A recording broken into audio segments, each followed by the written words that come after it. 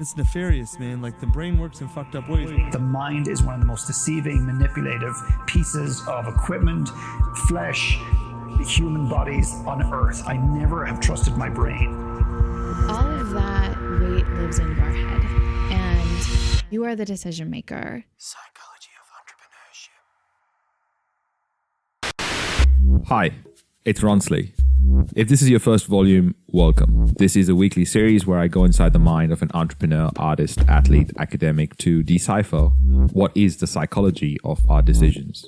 Since we've last reported, the number of COVID-19 cases have gone up by over 600,000 new cases.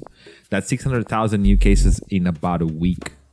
And by the time you listen to this a week later from today, this would be old news. But for the record, this was the latest from ABC News Australia, Saturday, the 11th of April, 2020.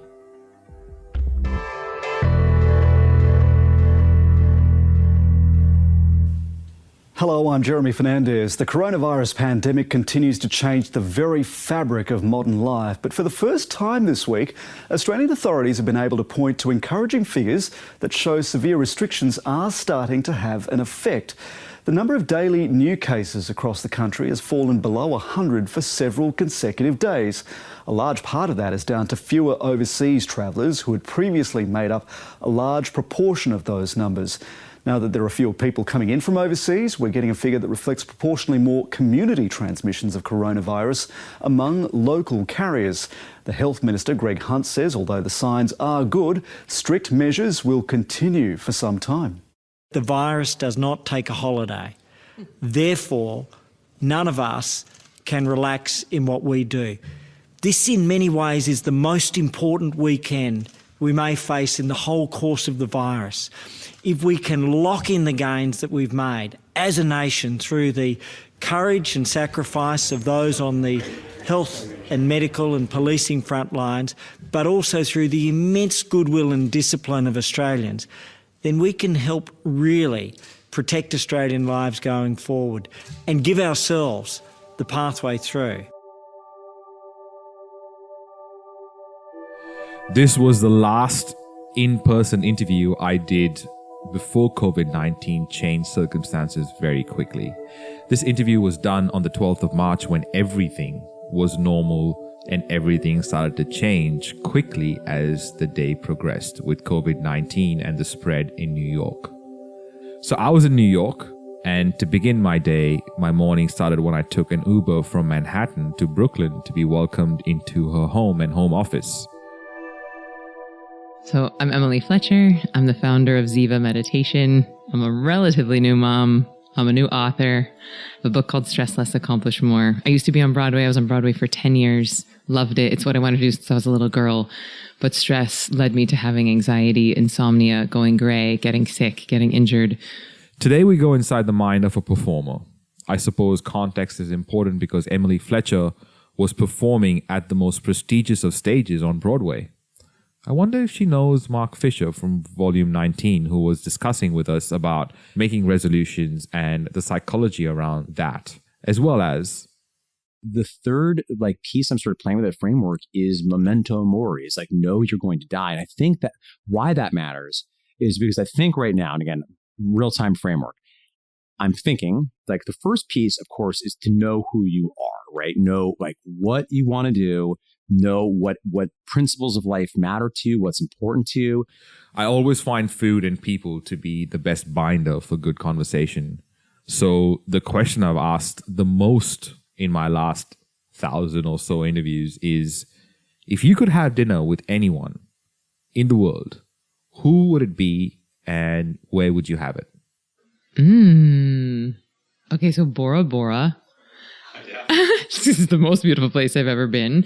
I'd love to have Oprah, Marie Forleo, Richard Branson, my husband, my son, my mom. I'd like my mom to listen in. Mark Hyman, love him, dear friend and Ziva graduate. Who else? Obama. Yeah, that's good. That'd be good. Wouldn't you just love to listen in on that conversation? Emily, you were saying how stress led you to have anxiety, insomnia, going gray, getting sick, getting injured. Is there a happy ending? Happy ending. Found meditation, cured my insomnia on the first day, stopped going gray, didn't get sick for 8.5 years, started enjoying my job again, and just thought, why does everyone not do this? Left Broadway, went to India, started a 3-year training process to teach. Since graduating, I've taught 20,000 people to meditate, opened up a brick and mortar studio in New York, created the world's first online meditation training, which is now called Ziva Online. The book has sold over 50,000 copies in less than a year, just came out in paperback. And now the thing I love the most is being a mom to Jasper. It's the thing that brings me the most joy. But the thing I'm most excited about with Ziva is that we're in the process of creating a kids meditation course. And I think it's going to be the world's best kids meditation training. We're working with Emmy Award-winning writers from Sesame Street. We're building our own puppet. It's going to be 3 different age ranges. We're working with Dr. Shafali. We're working with Harvard child psychologists. Like it's going to be really, really good. And I think the world needs it and is so ready. The world is so ready. Emily, what kind of results do you see for the ones who haven't really witnessed meditation or mindfulness for that matter? The thing I'm most proud of and the thing that brings me the most joy is getting emails from my students every day or posts in our Facebook groups that are like, hey, I haven't had an anxiety attack in 3 weeks. Hey, I started writing that book. Hey, I lost 20 pounds. Hey, I reunited with my mom who I was estranged with. Hey, my daughter and I are speaking after 10 years. Hey, I got off my meds. Hey, I started therapy. I hear this all day, every day. We have a doc, a spreadsheet with many different tabs with over 1,000 testimonials. I actually hired someone full time to manage our testimonials. That's how many we have. And they just keep coming in, like just to organize them and to put them into categories and types. Like that is probably the thing I'm most proud of. And it has nothing to do with me. It has everything to do with them committing to the practice. But I am very good at communicating this stuff. Like there are people who are better teachers than me, and there are people who are better on camera than me, but there's no one who's as good at both as me. So I'm very happy to be meditation's ambassador. We've talked about the benefits of meditation loads of times throughout this series. We know that it can reduce stress, depression, and anxiety and make you feel more focused. But in case you weren't already convinced that it really does improve your lifestyle, here's just a few things that meditation can do for you that you might not have considered. It can slow down the progression of neurodegenerative diseases such as Alzheimer's and dementia. According to a study done by the Beth Israel Medical Center in Boston, there's a link between meditation-induced stress reduction and slowing certain neurodegenerative diseases such as dementia and Alzheimer's. Over the course of the study, participating Alzheimer's patients showed a slower progression after 8 weeks than patients who did not participate. It can also relieve pain. Meditation as a painkiller works by calming the somatosensory cortex in the brain while inciting activity in other parts of the brain. Research done by the Wake Forest Baptist University found that meditation has the power to decrease the intensity of pain by 40% and the general unpleasantness of pain by 57%. Comparatively, morphine and similar painkillers reduce pain by only about 25%. And if that wasn't already enough, there have been countless studies conducted suggesting that meditation can play an important role in helping those that are struggling with addiction. Some of the things we don't value often is our beliefs and patterns. What are our current beliefs? What do we defend? What belief don't we like being challenged? What patterns have we created to avoid those beliefs being challenged in the first place? Well, I'm a very firm believer that heaven is right here, right now, inside of you. It is not a destination. It is not a place to get to. There are no gates. The only gates are self-imposed or internal layers of stress. But now I can very clearly say that heaven for me right now is playing with my son and hearing his pure laughter and like moments where my husband and my son and I are all like when they're wrestling or he's feeding the dog Cheerios and just squealing with delight, like the purity of his laughter is visceral proof to me that we are all born perfect. We are all born happy. We are all born in full, complete bliss. And our only job on this planet is to undo all of the stress and trauma that is keeping us from experiencing that 24 hours a day. What would total bliss feel like to you? What would have to happen around you for you to feel that bliss? And how realistic are those expectations? I digress. Emily, meditation is like a whole bunch of woo-woo stuff, right? How can you get stuff done if you're sitting quietly in a corner pointing out the obvious in and out motion of my breath? So look, this is my whole career. This is what I've written. I've built a whole business on it. I wrote a whole book about it. And it is, the message is stress less, accomplish more. I am taking the very powerful medicine that is meditation, and I am wrapping it in some delicious candy coating of like, hey, this is going to help you make more money, and you're going to have better sex. And oh yeah, you're also going to be less of a dick. So it's like, why would you not do it? So I'm just framing it. I'm just helping people to move towards the positive, to see that the less stressed they are, the more productive they will be, the better their lives will be, because we all at the end of the day just want our lives to be better. So even if you're not aware of your level of stress, even if you're not aware of the trauma or, healing that needs to happen internally, everybody wants better sex. Everybody wants more money. Everybody wants better sleep. And then, so my job is just to be the gateway drug. My job is just to get people in the door. Just start peeling away the layers of stress. And then usually when people want to go for more advanced knowledge or really, look for enlightenment or get into higher states of consciousness, I do offer those trainings, but oftentimes people will go to other teachers, or if they're looking to really have meditation be a part of their identity, I'm not their teacher necessarily. Right. I'm just, gateway drug. And Emily, from a meditation standpoint, what does the science suggest? This is different from Ziva meditation, where you're giving your body rest that's somewhere between 2 to 5 times deeper than sleep. Okay. And that's not insignificant because of the rest piece that I just said. When you give your body the rest that it needs, it's healing itself, not only from stress from today, but all that stuff we've been storing in our cells from our past, and maybe even what we've inherited. I've seen the papers that we're inheriting stress for at least 2 generations. I've heard 7, but I can only find scientific papers that we're inheriting it for at least 2, right? So that means that, if your grandparents were slaves or descendants of slaves, if your grandparents were in the Holocaust, this is legit trauma that you have to deal with.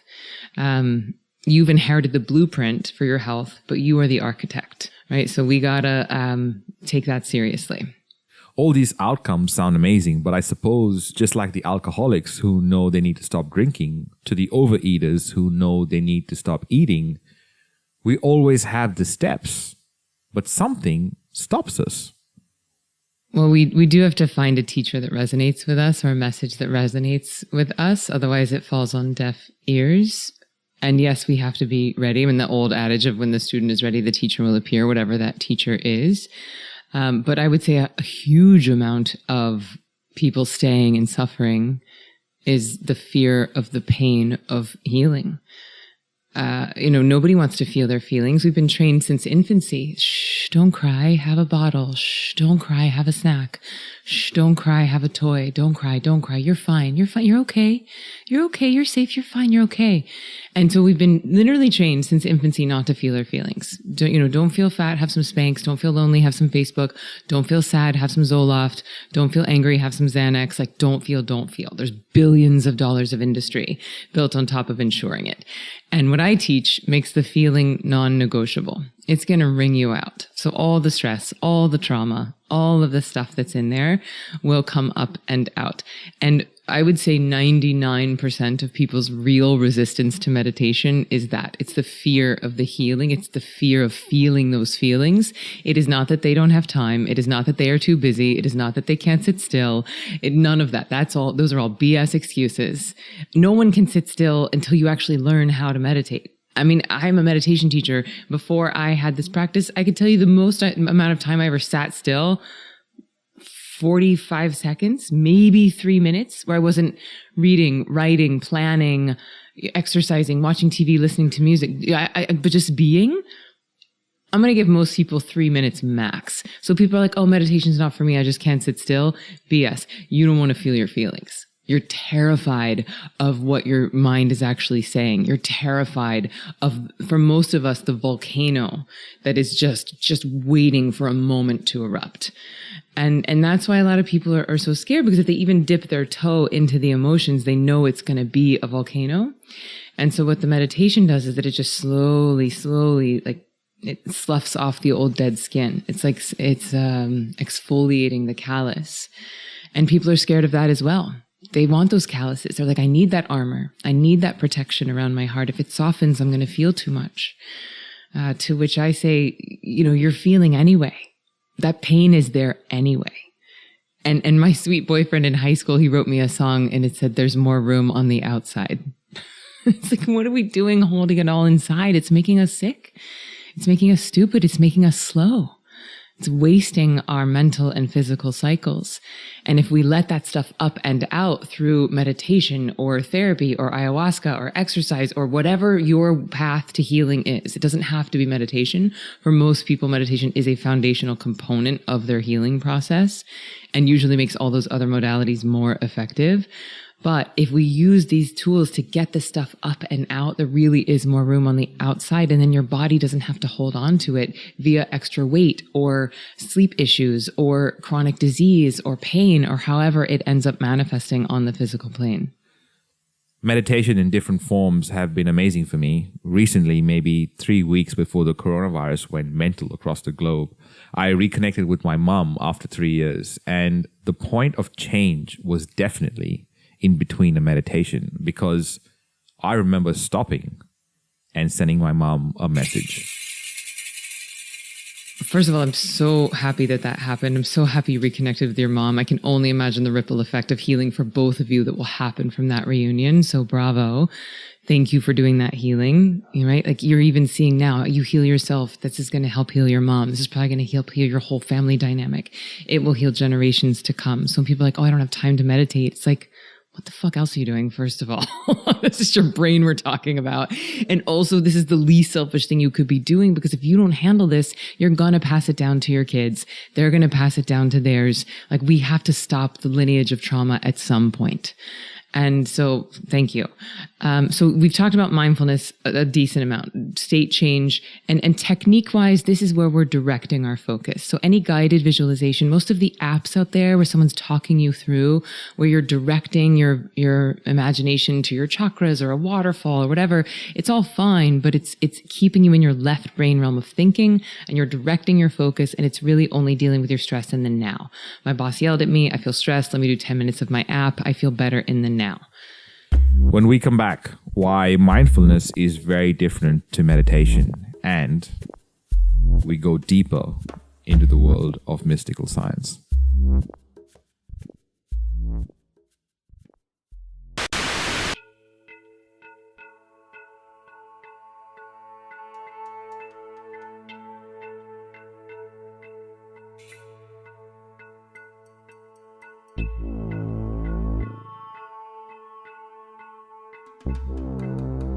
Psychology of Entrepreneurship. The main objective of this audio project is to bring together entrepreneurs and creatives who share similar values so that they can find the courage to put out their authentic voice for the right people to hear, which allows for them to make their impact on the world. Every great movement started with a memorable speech. For access to full-length interviews, go to psychologyofentrepreneurship.com and click the button. Emily, at the start you mentioned about grandparents being in the Holocaust and how that affects someone today. I'd love more clarification on inherited trauma. Yeah, so I'm not even speaking about past life, like our own past lives, because that's a subject up for debate, and there certainly aren't any scientific papers on that. What I'm speaking about is inherited trauma, things that we have inherited in our genes, and highlighting the difference between our genes and our epigenetics. So I've heard people say that we can inherit stress and trauma from the past 7 generations. I can only find scientific papers proving that you inherit it for the last 2 generations. So this means that if your grandmother was beaten by her father or her husband, that left, it changed the genes of her child and therefore your genes as well.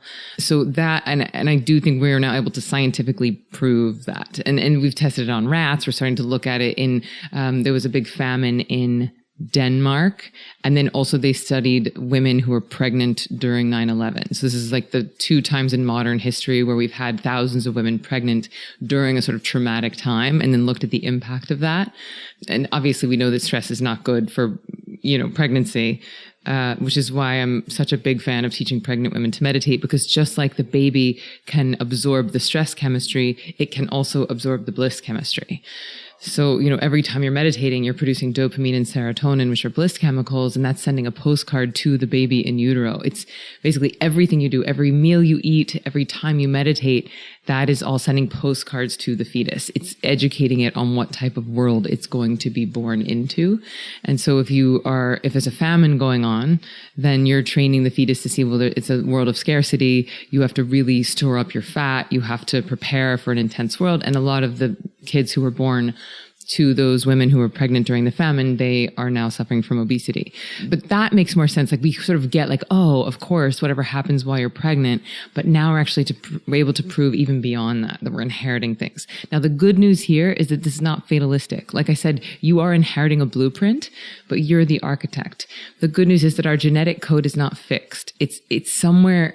And feel free to fact check me on this, but I've heard certain scientists say that 95% of our genetic code is epigenetics, meaning that they're mutable, they're changeable. So we're turning things on and off based on being in sunshine, feet on the soil, exercise, meditation, sex, healthy communication versus the opposite. So meditation is about just being? So it's not just being. It is a skill, and there is a very specific physiological phenomenon happening. Yes, it is a time not to be doing, but there is a very specific catharsis happening. There is an excavation going on in the style of meditation that I teach. And if people understand the opportunity cost of what stress has on them, that stress really is making us stupid, sick, and slow, that according to Harvard Medical School, it's responsible for 90% of all doctors' visits, that, most scientists are calling it the black plague of our century, until coronavirus came. But, it's another conversation for another time. But when people really start to understand that when we're stressed, our brain and body cannot help but think that a tiger is attacking us. And then it immediately goes into survival mode. And all our reticular activating system, which is this bundle of many neurons at the base of our brain, the reticular activating system is designed to filter out unnecessary information, because at any given moment, there's millions of inputs available to us, and the brain can't process them all simultaneously, so it has to filter out. So if you're stressed, when your wife knocked on the door, you immediately, like, collectors are calling, my home is at stake, my car is at stake, my survival is at stake. You went into fight or flight. There was nothing else that you could think about in that moment other than your survival. It's why your heart started racing, your adrenaline went, your cortisol went. So your body, even though it was just your wife knocking against your bed frame, everything in your body thought you were about to die.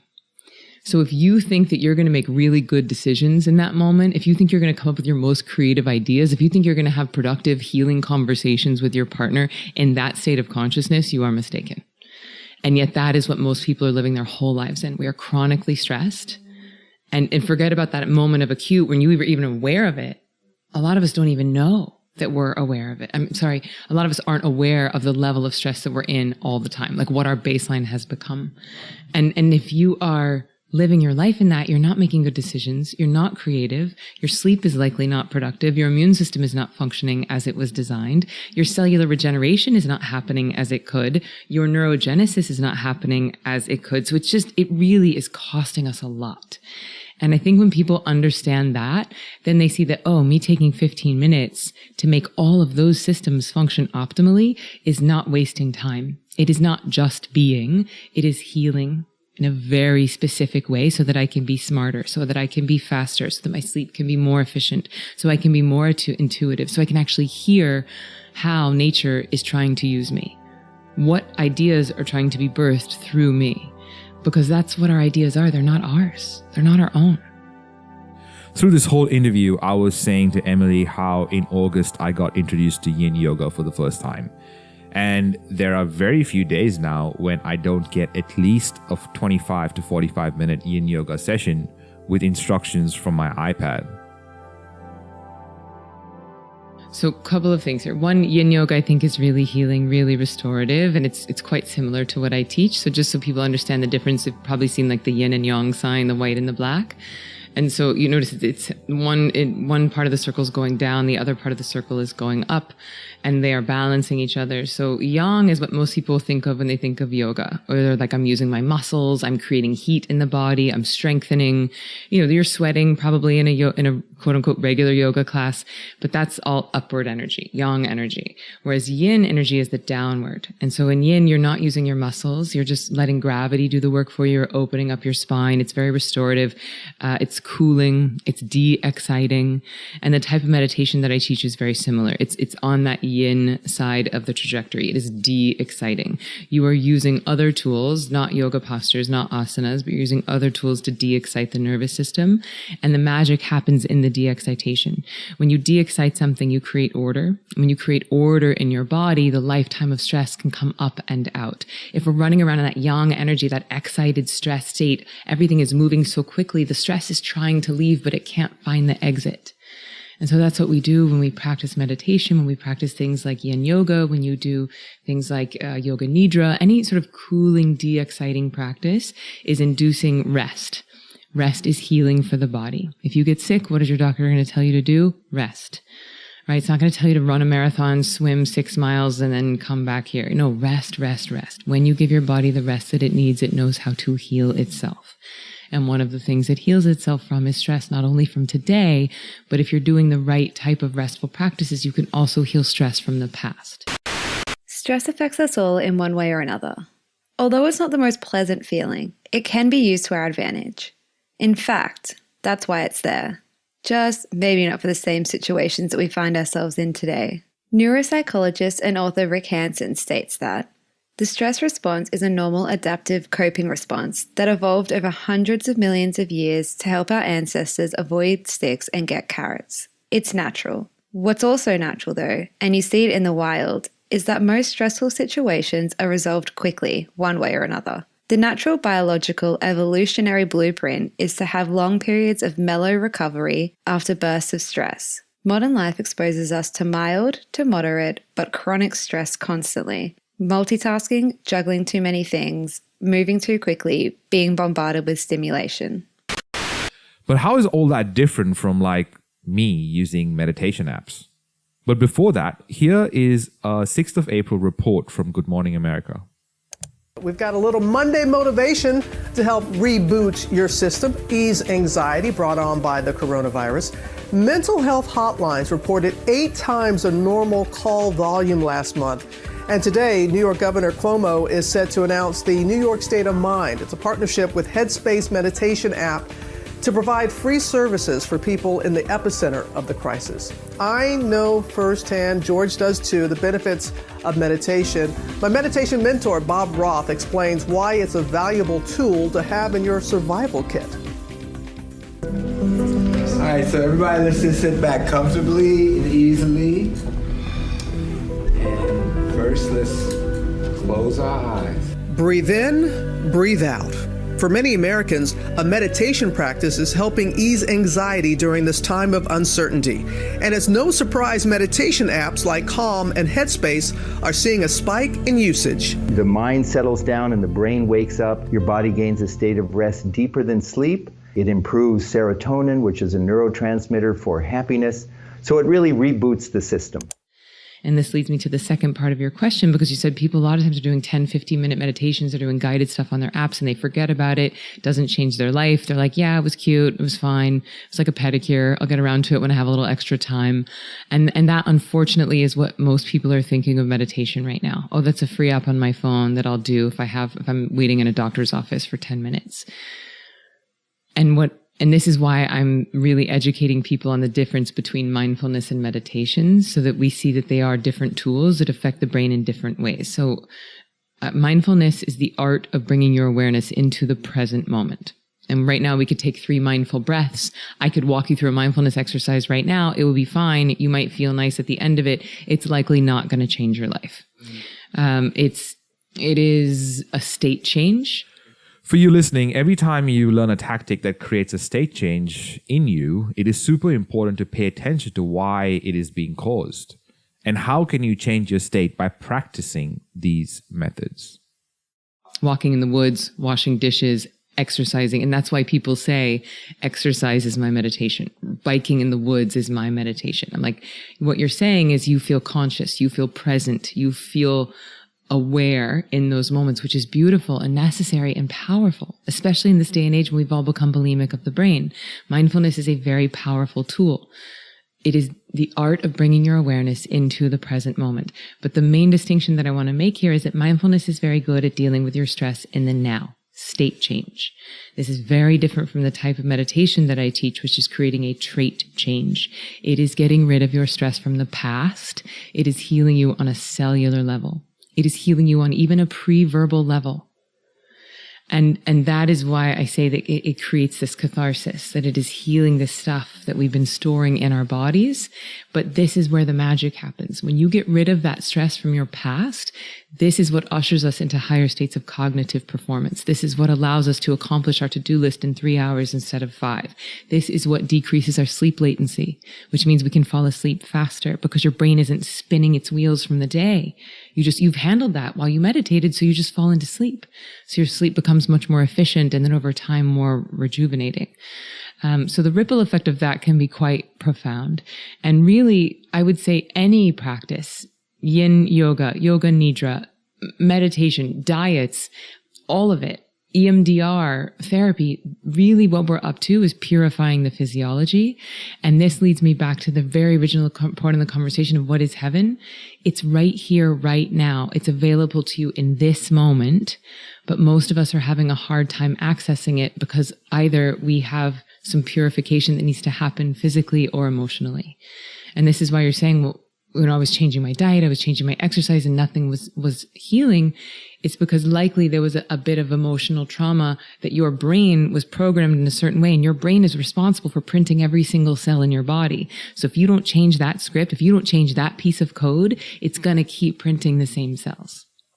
There is enough science that shows us facts about humans giving the power to manifest situations, events, and things into their lives. And also, they don't happen by accident. I'm not sure if you remember Melissa Ambrosini from volume 21 say this. I feel truly proud that I've been able to move through what I've been able to move through. I feel truly proud that I have reprogrammed so much because I wouldn't have what I have if I didn't.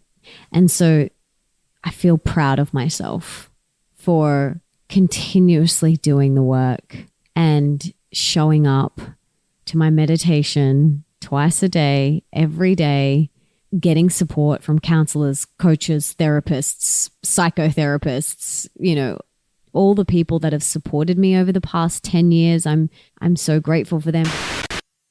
Also, your environment dictates your successes.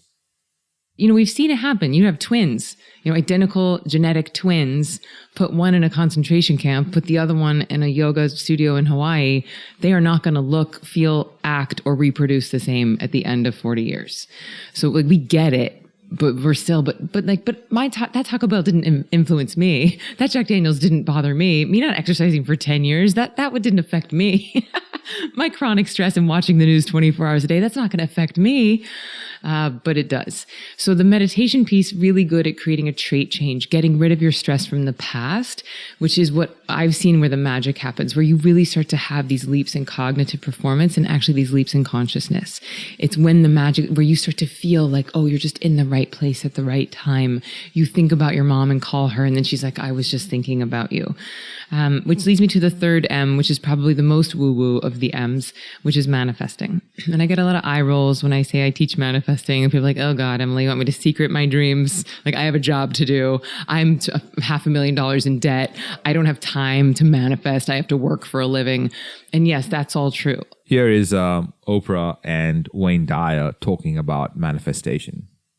Mastering the art of manifestation. How is that different from the law of attraction?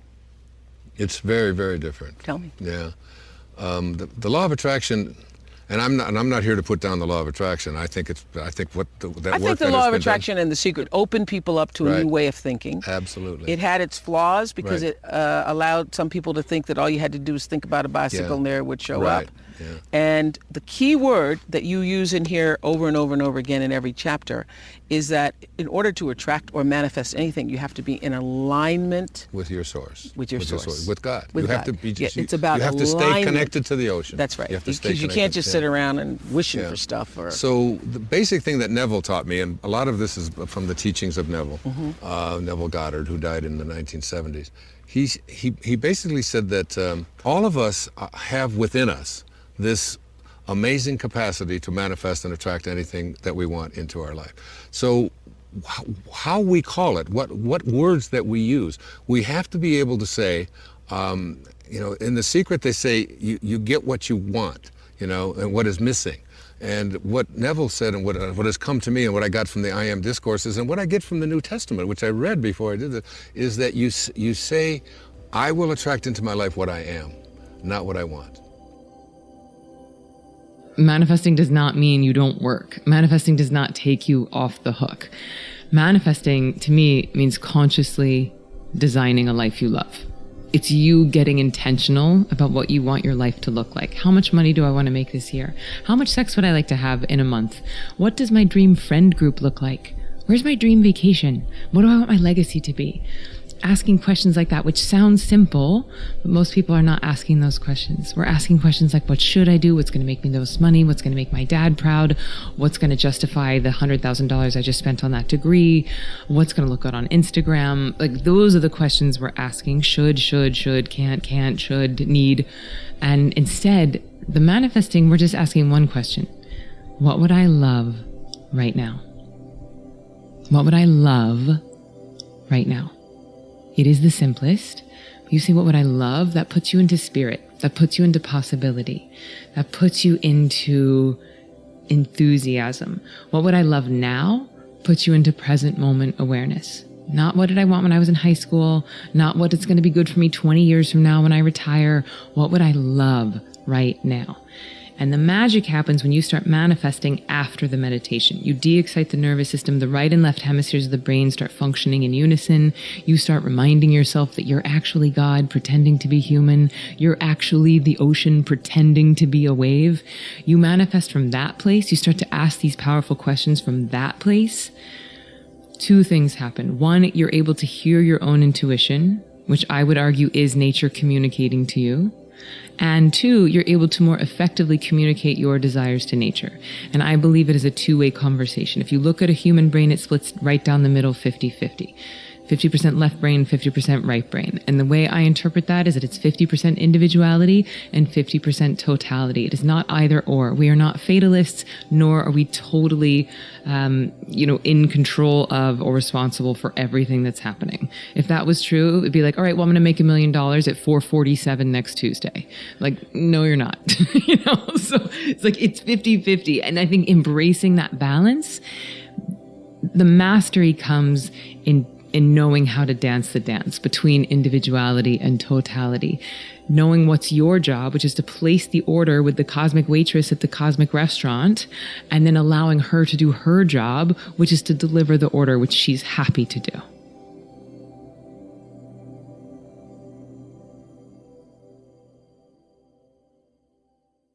Psychology of Entrepreneurship.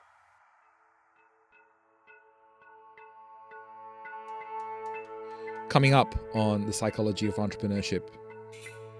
So I've co-founded a movement. I have a TEDx talk, you can find it. And the movement is called What Made You Smile Today? To me, he said, even if you don't get unscrewed up, even if you don't become a doctor, even if you don't do anything with the rest of your life, which is what I thought I was capable of at that point, he said, I'd be proud to know you because you have a streak of goodness in you that we don't grade in medical school. And you have no idea how much the world needs that goodness. I wrote an article which became part of an 8-part series, and it was called Why People Kill Themselves. Pain is pain. Suffering is feeling alone in pain. Everybody has a backstory. So Psychology of entrepreneurship. I interviewed Emily because she's the founder of Ziva Meditation and is the leading expert in meditation for extraordinary performance. Emily started out performing on Broadway and has performed in big name productions like Chicago, The Producers, and A Chorus Line.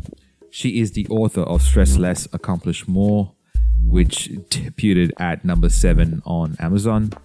Her work has been featured in the New York Times, The Today Show, Vogue, and ABC News. She has taught meditation to 20,000 students all over the world, and I think that number keeps going up. Her students have included Grammy, Oscar, and Emmy winners, famous athletes, giant names in the business world, Navy SEALs, and social influencers. But she works with people from all walks of life, from busy mums to Fortune 500 A-listers. She is a Broadway star, a mom, and a friend. Psychology of entrepreneurship. This is a Must Amplify production. Special thanks to every guest expert that has appeared on the show. Voiceovers, editing, and sound design by Kaylee Bonnyman. Guest research and content by Claire Gould and Corinne Castles. Project managed by Kaylee Bonnyman. Produced and hosted by me, Ronsley Vaz. For more episodes and where to listen, go to mustamplify.com/POE. Hey, it's Kaylee from Must Amplify. I'm the sound engineer for this volume of Psychology of Entrepreneurship. I'm part of the team that made this production come alive. I work as a part of a global team with our studios based in West End, Brisbane, Australia. If you would like a podcasting checklist, email me at kaylee@amplifyagency.media. That's KAILI@amplifyagency.media. We specialize in finding your voice and making sure it's heard by the right people. If you are considering whether a podcast is a good idea for your business, check out our other show on shouldistartapodcast.com. Are you still listening? Here's a little gift to you for sticking around. To begin my day, my morning started with, and home office. No, well, that sounds weird. Let me do this again.